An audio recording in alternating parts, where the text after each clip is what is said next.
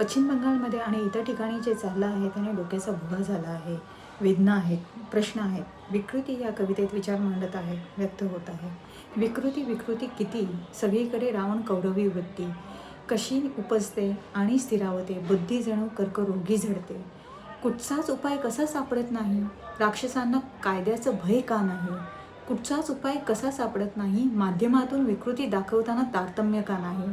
बुद्धीच्या कर्करोगाचा उपाय आहे. समाजाचे आदर्श ठरवायला हवेत, समाजाचा चारित्र्य कर्तृत्वाने फुलायला हवे. चुकीचं हे चूक आहे आणि त्याला प्रतिकार हवेत. माणसाने विकृतीच्या सापळ्यातून बाहेर पडायला हवे आणि माणसानेच माणसाला जागृत करायला हवे. स्त्रियांनी सक्षम व चौकस व्हावे, संरक्षणाचे धडे गिरवायला हवे. एवढे आपण प्रकट झालो, पण ते होताना कुठेतरी विकृतीकडे झुकलो. हृदयात वेदना टाहो फोडते, काही न करता येण्याचे शल्य